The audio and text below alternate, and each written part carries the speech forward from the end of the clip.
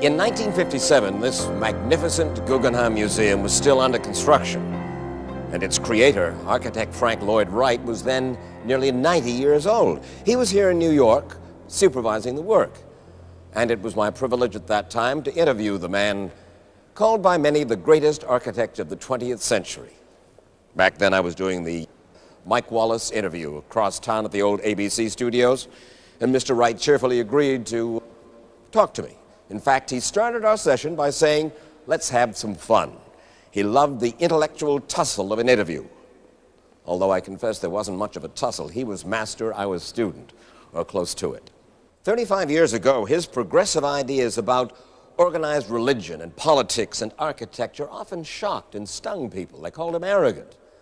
But as you'll see in the interview, he embodied the quintessential American traits of individual freedom and independent thought. Though he also admits arrogance can be a pretty brittle shell. At the end of our scheduled interview, we still had so much to talk about, and we were enjoying it so much that we kept right on going and taped a second show. Here, then, are those candid interviews. Good evening. What you're about to witness is an unrehearsed, uncensored interview. My name is Mike Wallace. The cigarette is Philip Morris.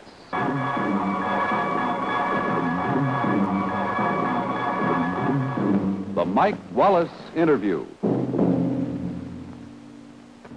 Tonight, we go after the story of one of the most extraordinary men of our time. You see him behind me? He's 88-year-old Frank Lloyd Raitt, perhaps the greatest architect of the 20th century, and in the opinion of some, America's foremost social rebel. According to a story in Life magazine not many years back, his fellow architects have called him everything from a great poet to an insupportable windbag. The clergy has deplored his morals, creditors have deplored his financial habits, politicians his opinions. And we'll get Frank Lloyd Wright's views on morals, politics, religion, and architecture in just a moment. My guest's opinions are not necessarily mine. The stations are my sponsors, Philip Morris Incorporated, but whether you agree or disagree, we feel sure that none will deny the right of these views to be broadcast. And now to our story. Admirers of Frank Lloyd Raitt hail him as a man 100 years ahead of his time. Now 88 years old, he's still designing homes and buildings which are revolutionary, including plans for a mile-high skyscraper for which he's had no buyers yet. But just as radical as Frank Lloyd Raitt, the architect, is Frank Lloyd Raitt, the social critic. Mr. Wright, before we go any further, I'd like to chart your attitudes specifically by getting your capsule opinions as an architect or as a social critic of the following. First of all, organized Christianity. Why organize it? Christianity doesn't need organizing, according to the master of it. The great master poet of all time didn't want it organized, did he? Didn't Jesus say that where a few are gathered together in my name, there is my church? Therefore, you would just as soon see your religion unorganized? Well, that may be why I'm building a synagogue in Philadelphia, a Unitarian church in Madison, a Greek Orthodox church in Milwaukee, and a Christian Science church in California. Are you a religious man yourself? I've always considered myself deeply religious. Do you go to any specific church? Yes, I go occasionally to this one and then sometimes to that one. But my church, I put a capital N on nature and go there. All right, sir. What do you think? You spell God with a G, don't you? I spell God with a G. You will spell it? I spell nature with an N, capital. What do you think of the American Legion, Mr. Wright? I never think of it if I can help it. What do you mean by that? They're professional warriors, aren't they? Mm-hmm. I'm against war. Always have been, always will be. And anything connected with it is anathema to me. I've never considered it necessary. And I think one war only breeds another. And I think I've been borne out by the reading of history, haven't I? One war always has in its intestines, another, and another has another.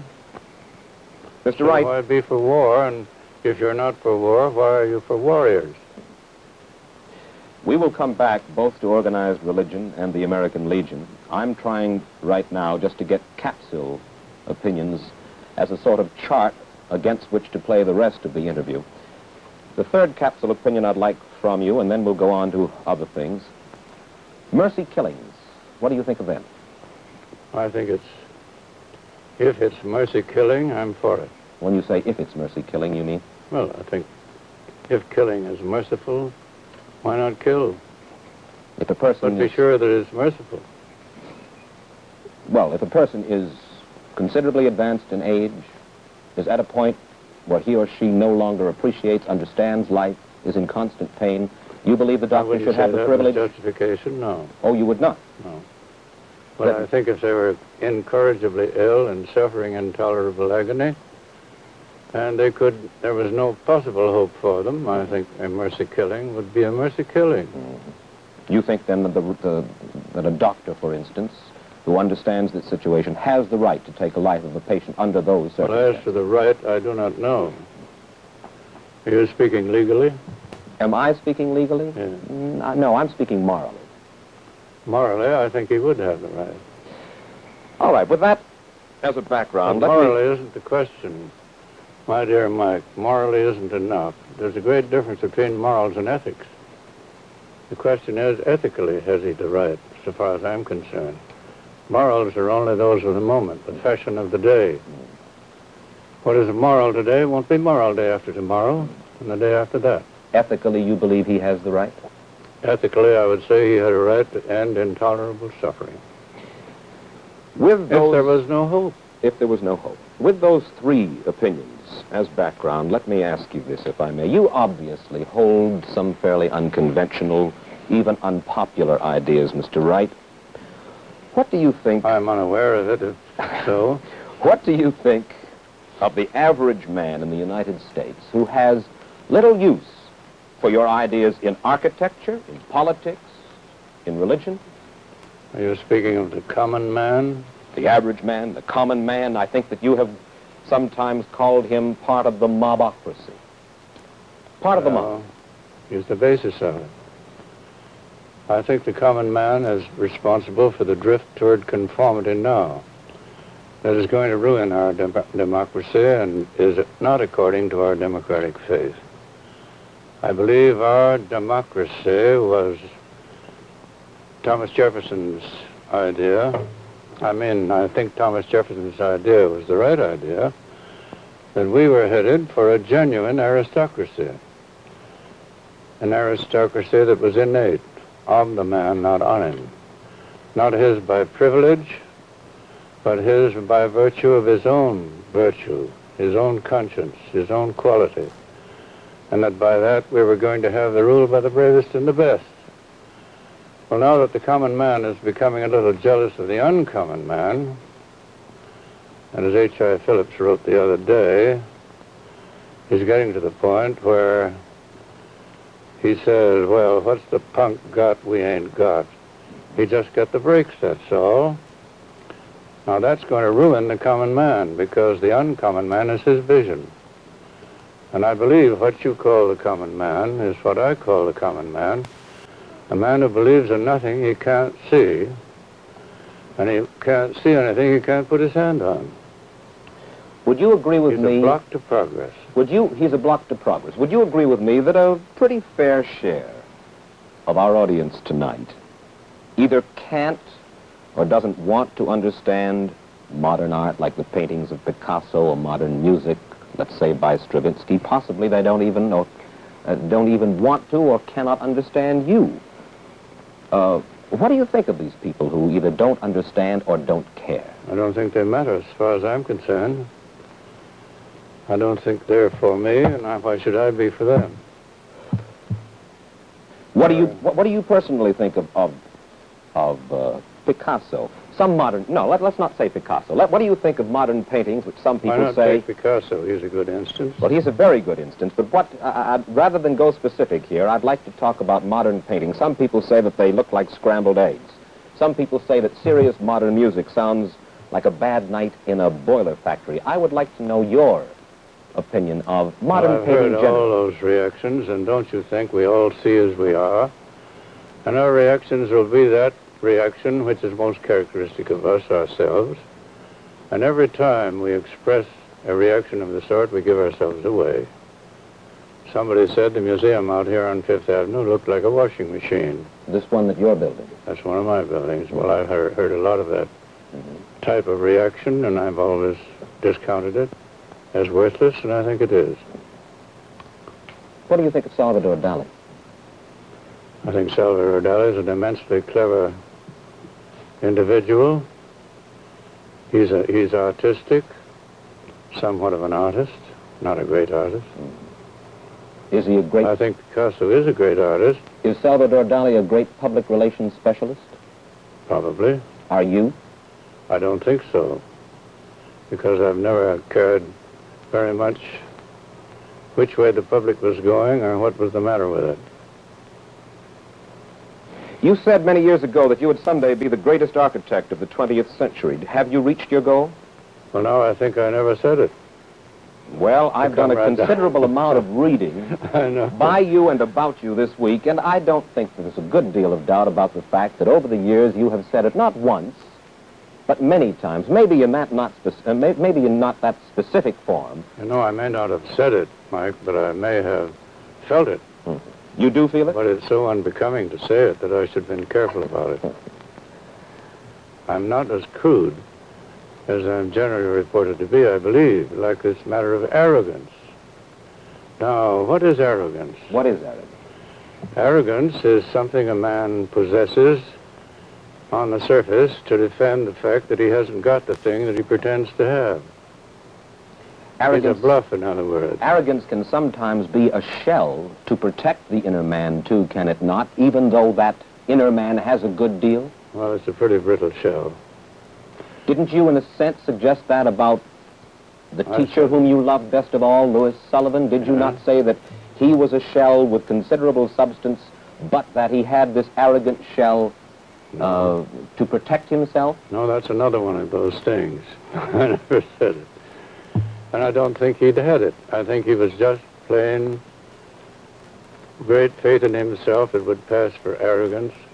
And I think any man who really has faith in himself will be dubbed arrogant by his fellows. I think that's what happened to me. In other words, this article, for instance, from which I will quote now, Philadelphia Inquirer magazine section, October 18th, 1953, said as follows: some quarters have denounced Wright as an impractical visionary and a pompous windbag. Yeah? How do you feel about such criticism, Mr. Wright? Doesn't affect me particularly. Doesn't bother you? Not a bit. You always have to consider the source from which these things come.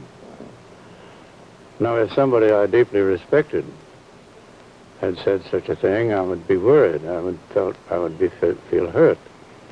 But as a piece in a newspaper blowing into the gutters of the streets the next day, I don't think it counts much. You say if somebody you deeply respect had said that. Is it unfair of me to ask you specifically whom you do deeply respect who is on the current scene? I respect any man or woman who respects himself sufficiently to tell the truth, no matter what or who it might hurt. And is it wrong of me to ask you specifically whom you, Frank Lloyd Raitt, admire, respect? There's so many of those people. Names? Where would I begin? I don't know. That's up to you, sir, or if you prefer not to. I admired and respected my old master, Louis Sullivan, in spite of his faults. I think if you're going to admire and respect anybody, you will have to put up with a few faults, won't you? I imagine.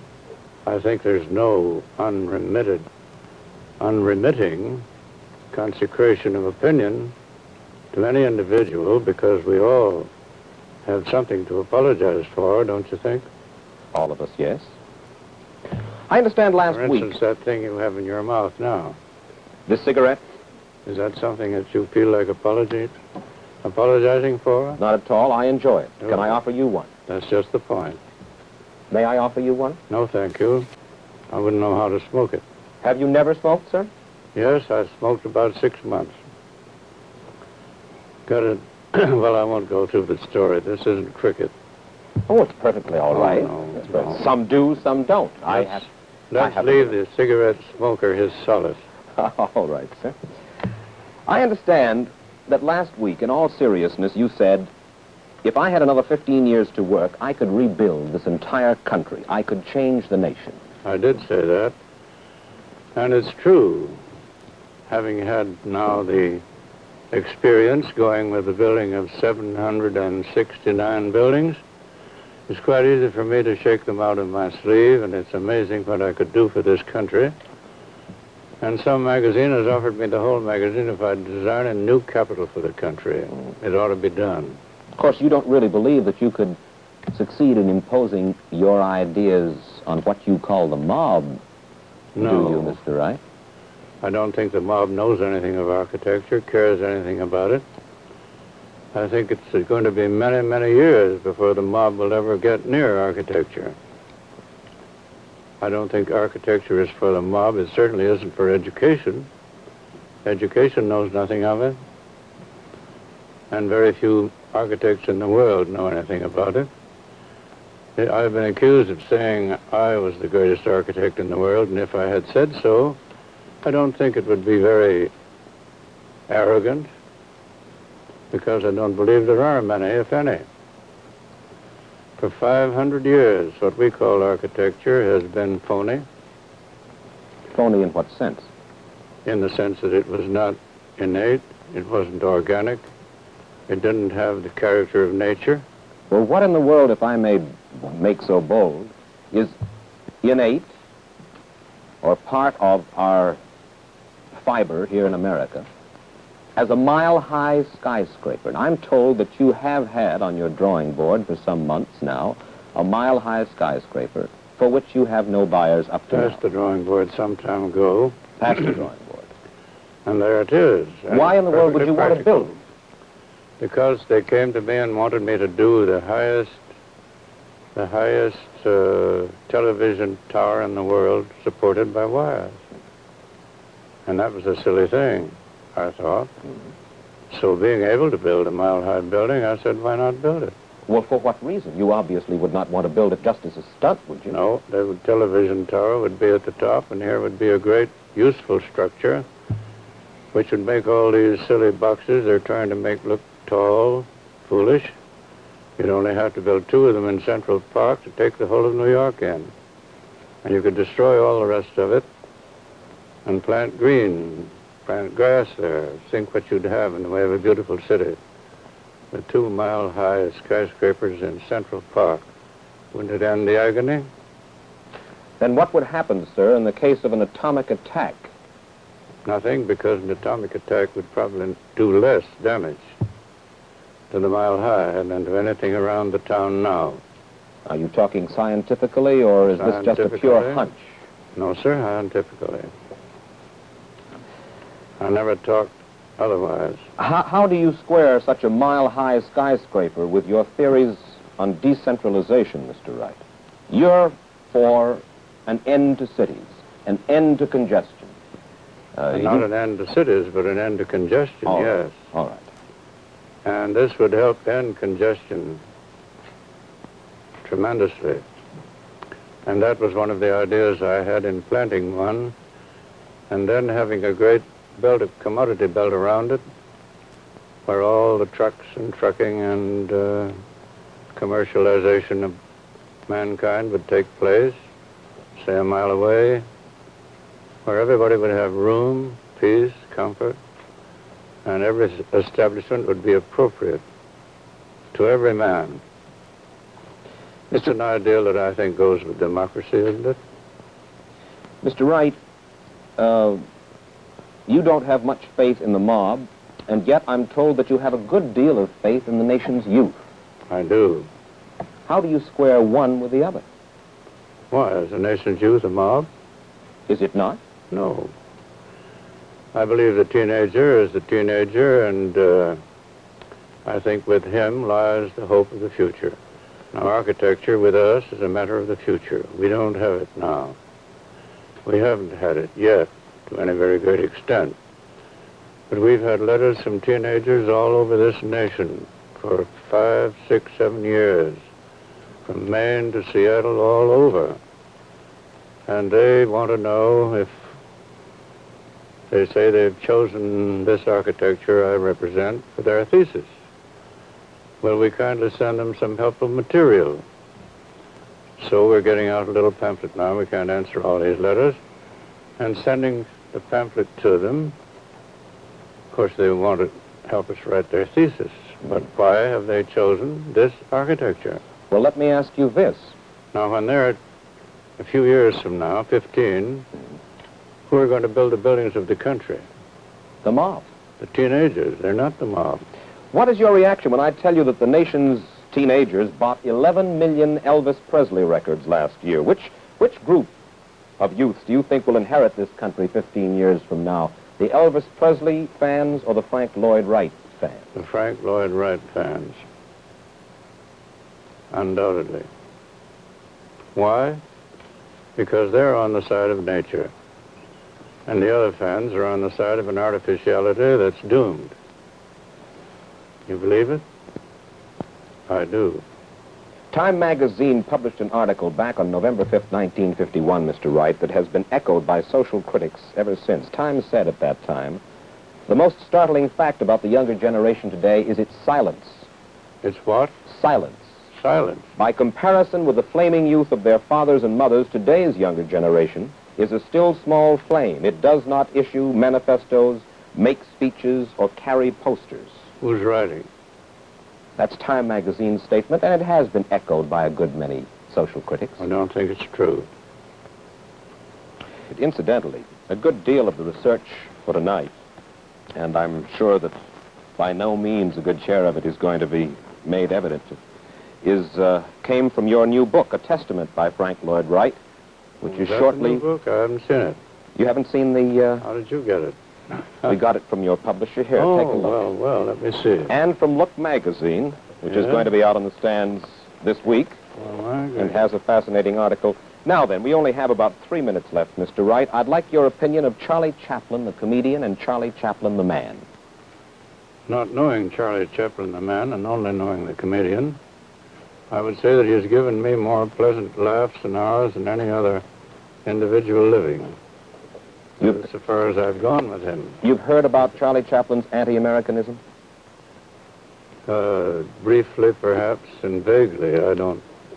What do you mean by anti-Americanism? Sir, if I were to start now answering that question, and inasmuch as we only have 3 minutes left, chances are we could talk just about that for 3 minutes.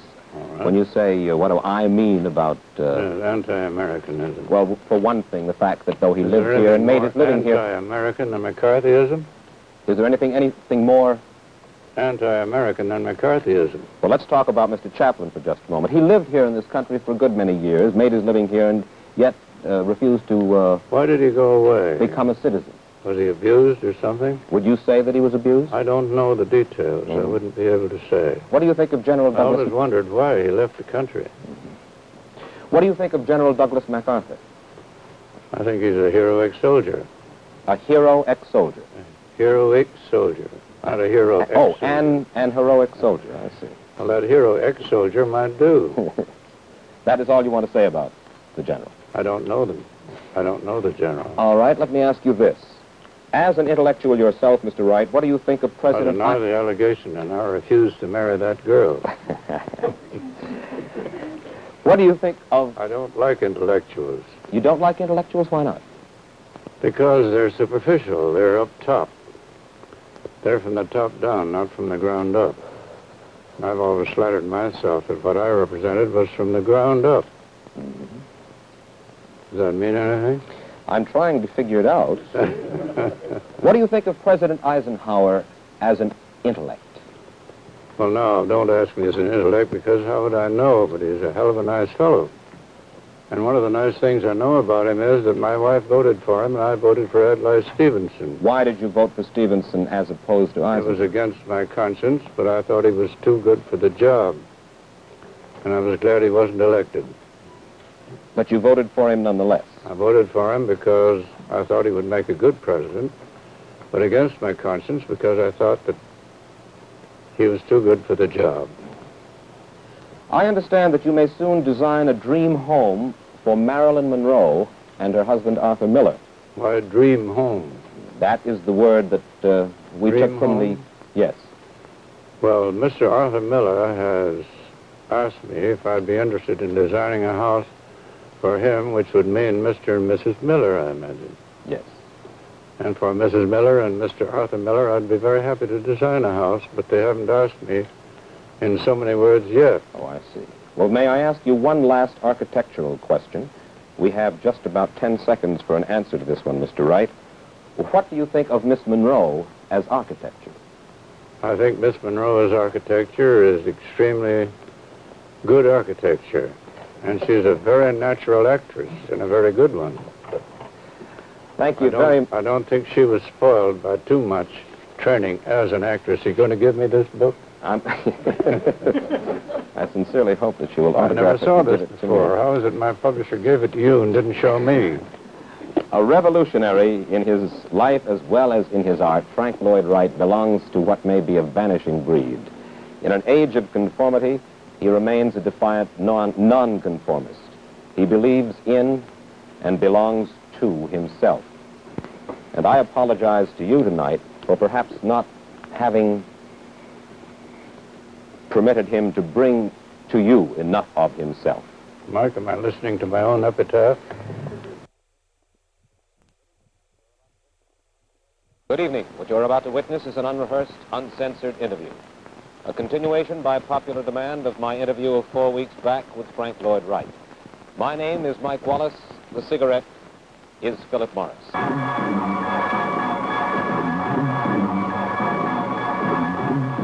The Mike Wallace Interview.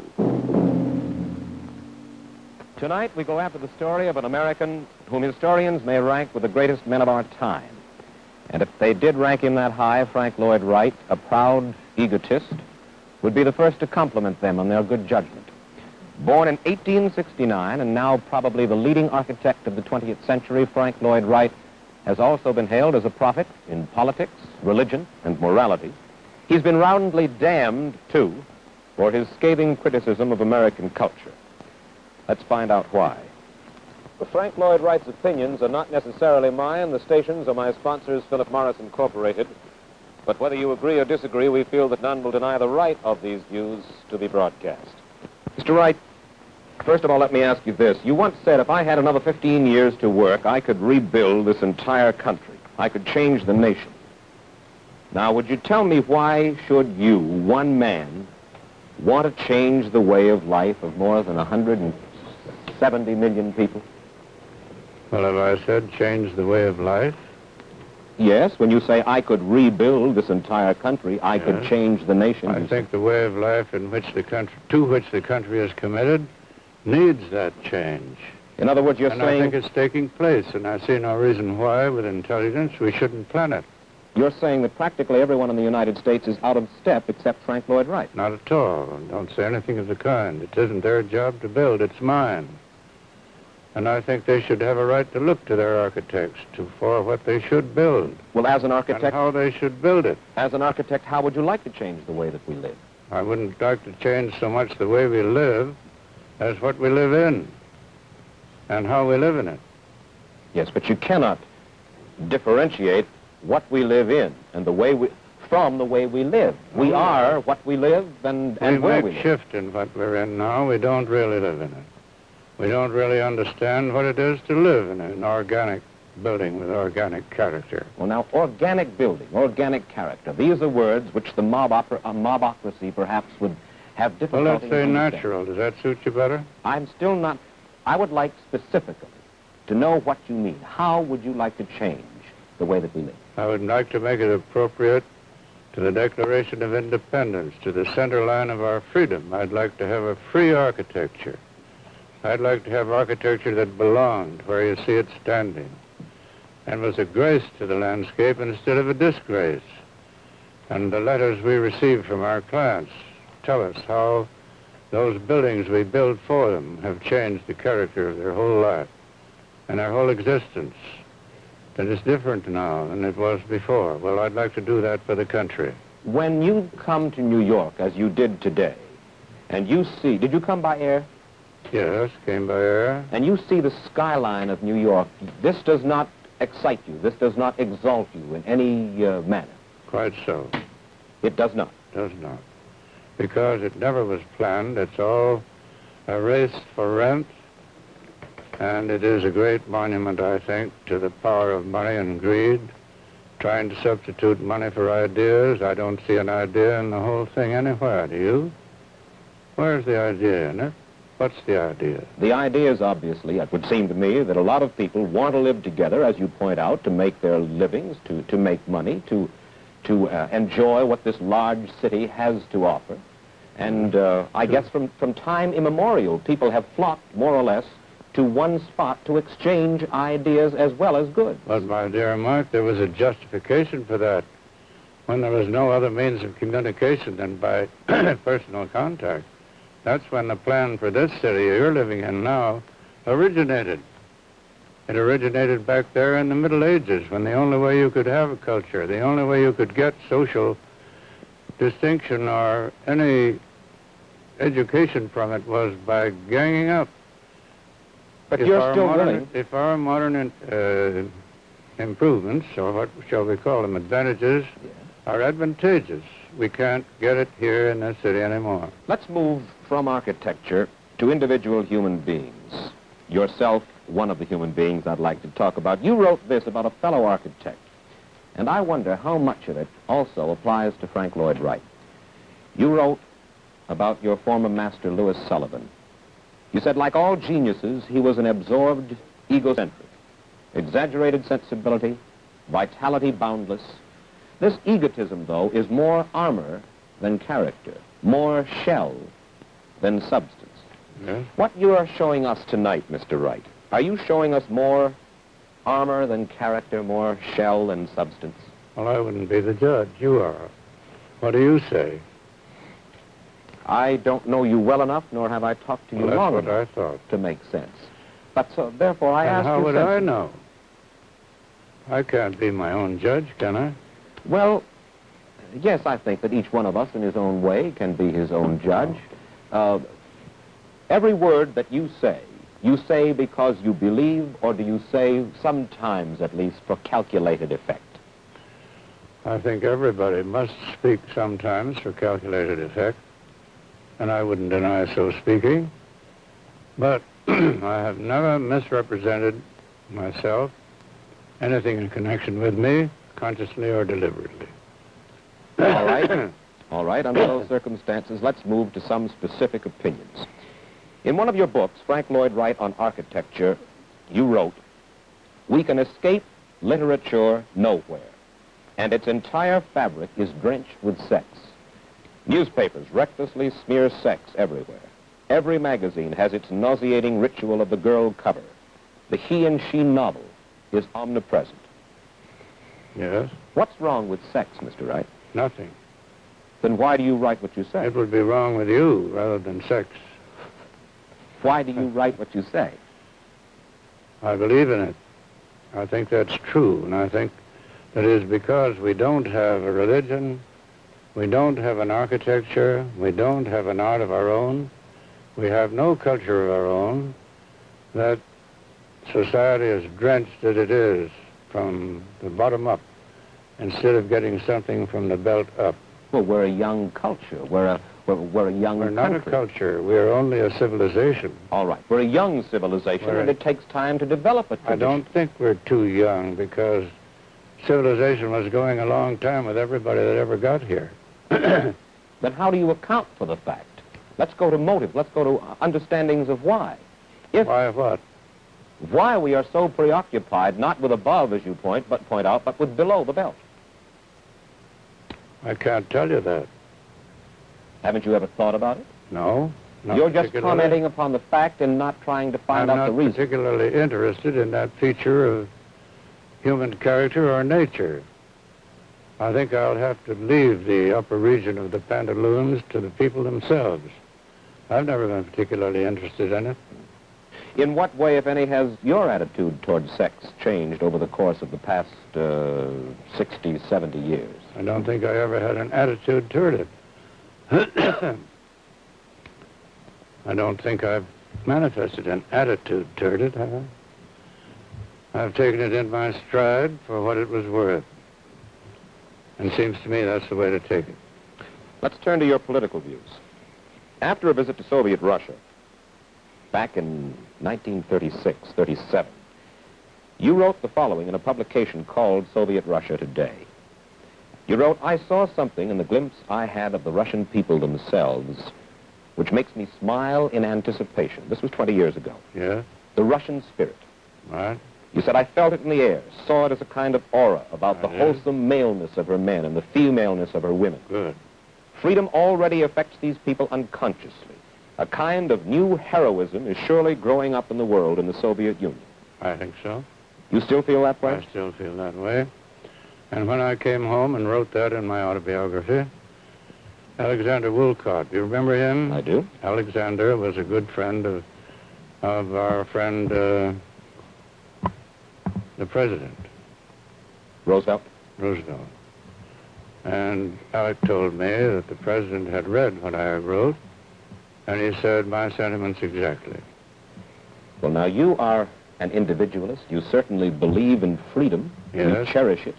Therefore, how can you explain this enthusiasm for a country which even then, and certainly now, has instituted thought control by terror, political purges by blood, suppression of intellectuals? Do you ever disassociate government and people? Frankly, you're putting this question to me personally. Yes. I find it very difficult to disassociate government. I don't find it difficult. I find that government can be a kind of gangsterism, and is in Russia, and is likely to be here if we don't take care of ourselves pretty carefully. A kind of gangsterism, instead of being something from the bottom up, it's something from the top down again. But the people have to stand still for it. No, I don't think they do. I think the people are unaware of all these things that are happening to them. I don't think they appraise them at their true value. Well, don't governments grow out of people, Mr. Wright? It should, but it doesn't. It hasn't in Russia, and it hasn't here, particularly lately. It doesn't grow out of the people's knowledge of what's good for them, of what is the nature of the thing they're in. They're without the intelligence Thomas Jefferson thought would be ours in a democracy. We haven't manifested it. We can see now mediocrity rising into high places. We can see how Jefferson's unwillingness to qualify the vote has resulted in this mediocrity rising into high places. But we're responsible, aren't we? We are responsible ourselves, but we don't wake up to the responsibility. We don't take it. Where do you know a group of men or women who are consciously aware, politically, we'll say, of the principles which were declared by the Declaration of Independence and the responsibility for the development of a conscience that it places upon them? You don't find it very rare. It doesn't manifest in the street, it doesn't manifest in the movies, it doesn't manifest sometimes in the theater. We see a little of it. Well, then, in the days that have gone by since our Declaration of Independence, we've gone to the Dickens in a handbasket, but somebody has been responsible, and evidently the people have to be responsible.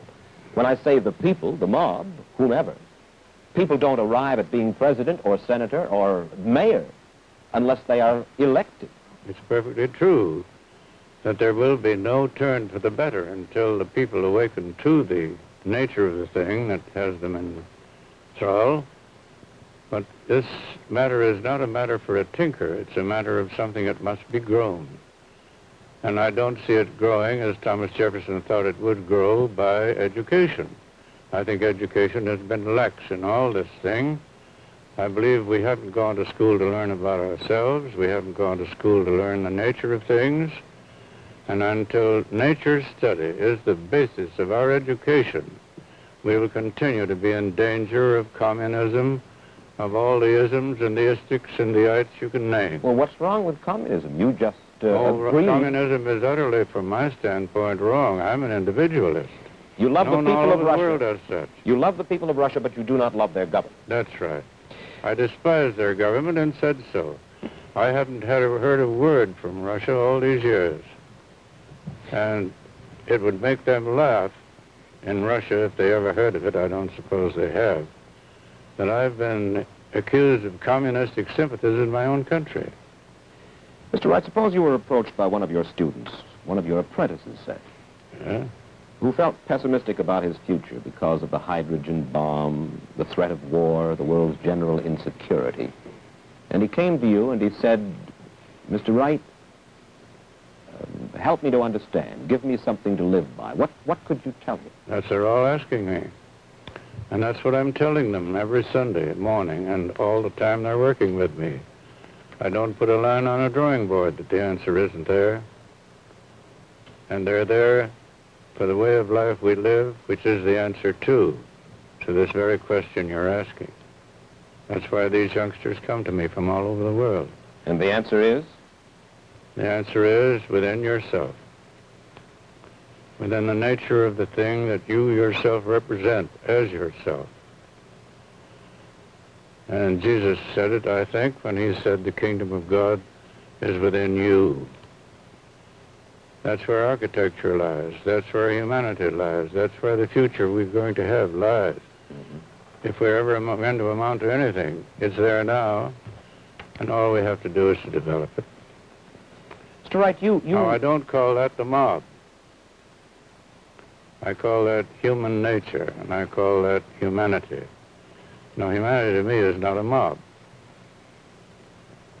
The mob is the degeneration of humanity. The mob is humanity going the wrong way. You have faith in youth. You have no faith in the mob. Yet youth becomes adult and turns into a mob. Or do I misunderstand? Yes, it may. But that's our misfortune, and that's because they are not properly educated and don't have an opportunity to go right instead of left. You write at some small length, anyway, in your latest book, A Testament, published by Horizon Press. You write about your religious ideas. I understand that you attend no church. I attend the greatest of all churches. Which is?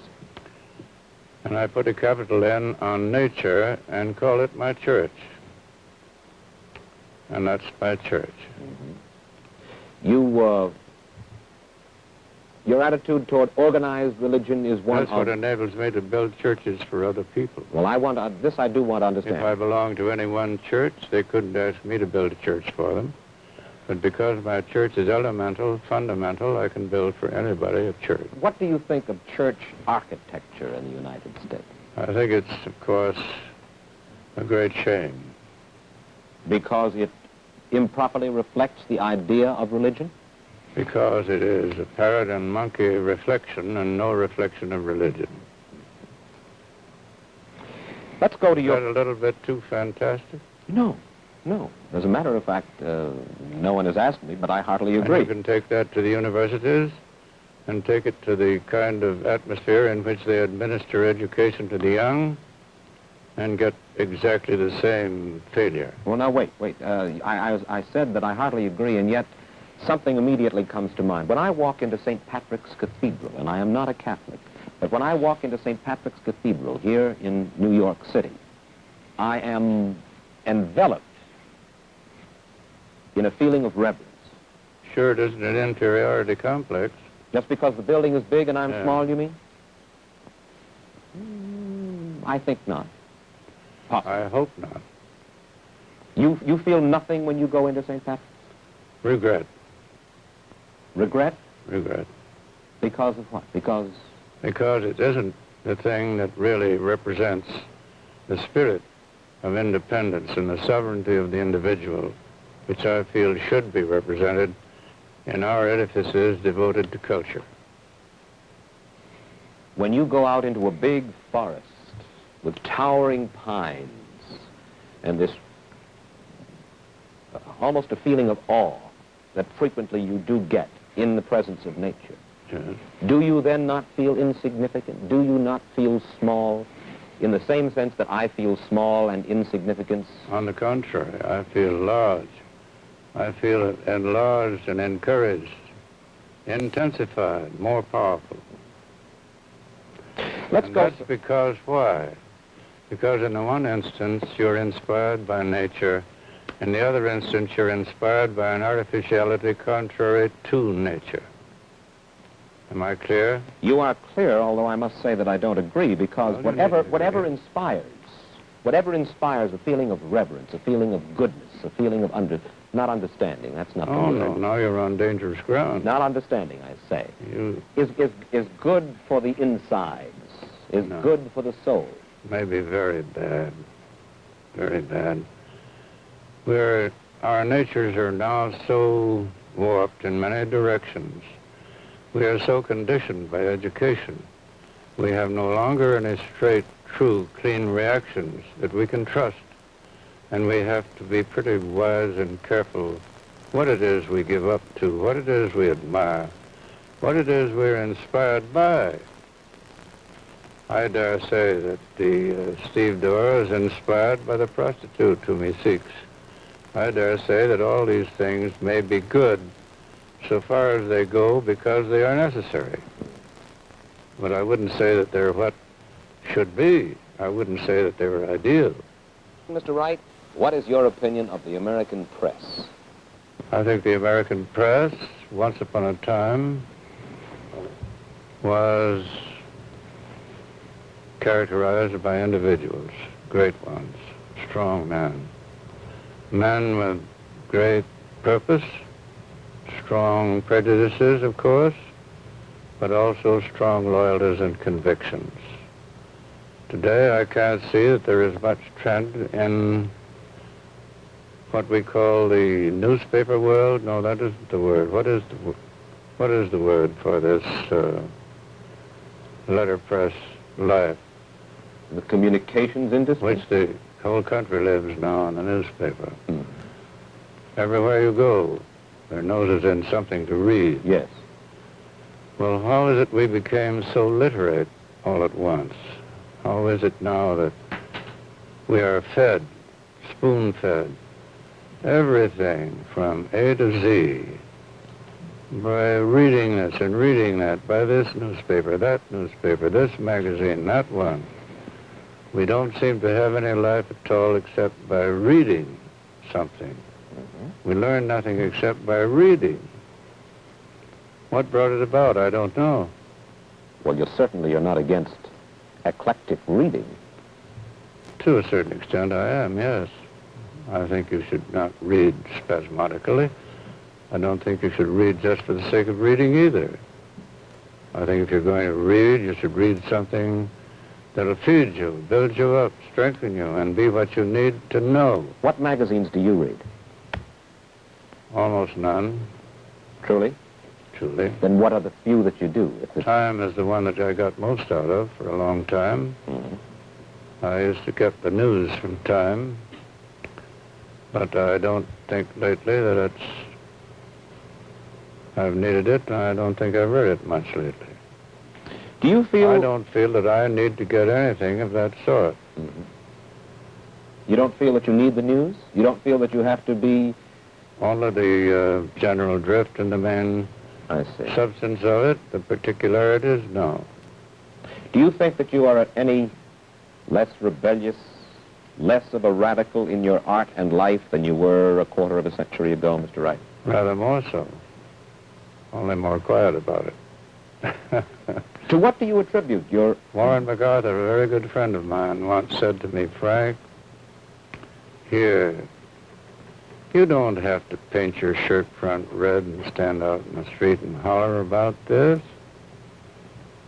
He said, and I began to think it over, and I think he's right. It is. You don't have to push hard or talk loud or in any way get up to defend what you believe in. If it is right and if it is good and it is sound, it'll defend you if you give it a chance. You don't have to push it. I've never pushed myself. I've never turned over my hand to get a client during my life. I have never sought publicity of any kind.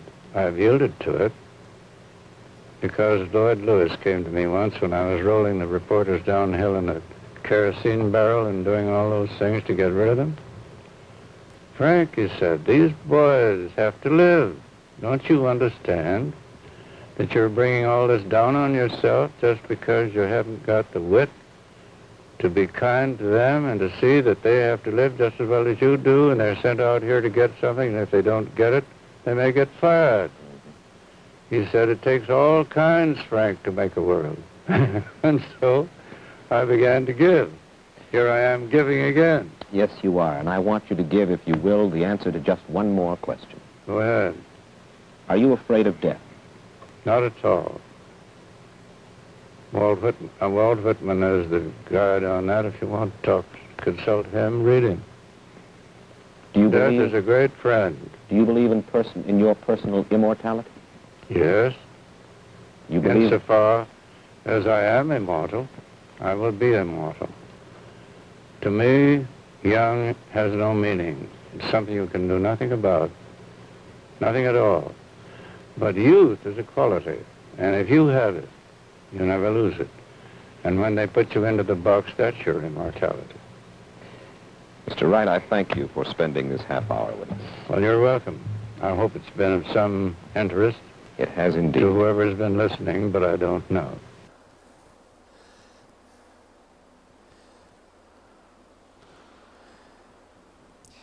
Frank Lloyd Wright died less than 2 years after those interviews, and he never did get to see this building completed. His ideas, though, continue to challenge us. His buildings remain as a testament to a bold way of thinking about how we should live. We remember Wright as a man who was willing to state his beliefs, however unpopular, and stand by them, however costly. Frank Lloyd Wright was a nonconformist before it was popular to be one. As I said in the original interview, he may rank with the greatest men of our time. And if so, it's because he believed in and belonged to himself. That and this are his legacy.